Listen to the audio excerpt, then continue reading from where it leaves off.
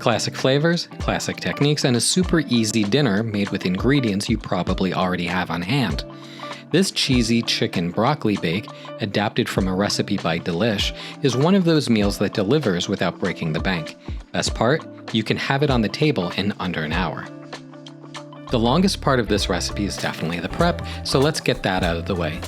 Start with the broccoli crowns. We're only using the florets here, clearly the best part, and it helps everything cook evenly.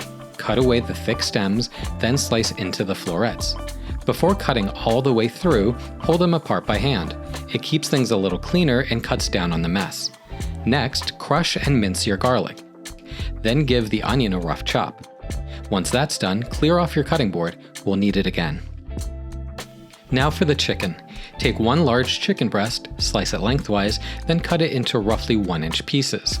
If you prefer, boneless chicken thighs work just as well and bring a little extra flavor. You can use a large skillet here, but I prefer a 10 or 12-inch high-walled Dutch oven. Heat it over medium for a few minutes, then add some oil. The original recipe calls for olive oil, but a neutral oil works great too. Something like avocado oil is a solid option.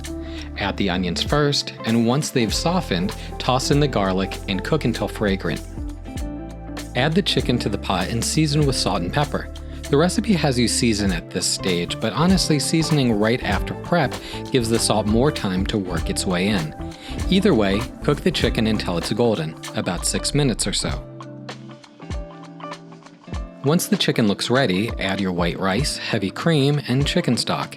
If you don't have stock on hand, chicken bouillon or something like better than bouillon works just fine. Just follow the directions since they can run salty. Bring everything up to a simmer and let it cook for about 15 minutes. By now, the liquid should be reduced by about half. Add a bit more stock, then stir in the broccoli, followed by the cheddar cheese. If cheddar's not your thing, use any good melting cheese you've got. Honestly, adding a little more than the recipe calls for isn't a bad idea.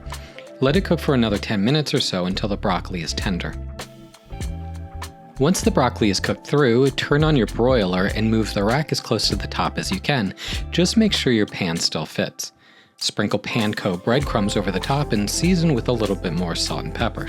Broil for about 2 minutes, keeping a close eye on it so nothing burns. This isn't the fanciest or most complicated dish, but it's one that just works. I've got 2 young kids who love it, and getting them to eat vegetables is no small win. It's also budget-friendly, easily under $5 per serving. What I like most is how flexible it is. Think of it as a blank canvas. Swap cheeses, add herbs, maybe throw in some bacon or a spoonful of sour cream. The fundamentals are there, and once you get comfortable with them, you'll start carrying those skills into other recipes without even realizing it. If you like what you saw and want to support us, consider subscribing and hitting the like button. It really helps. We've also started a Substack where you can find more recipes and some of my thoughts around cooking. You can even join the conversation with our growing community. Thanks again, and remember, great minds eat alike.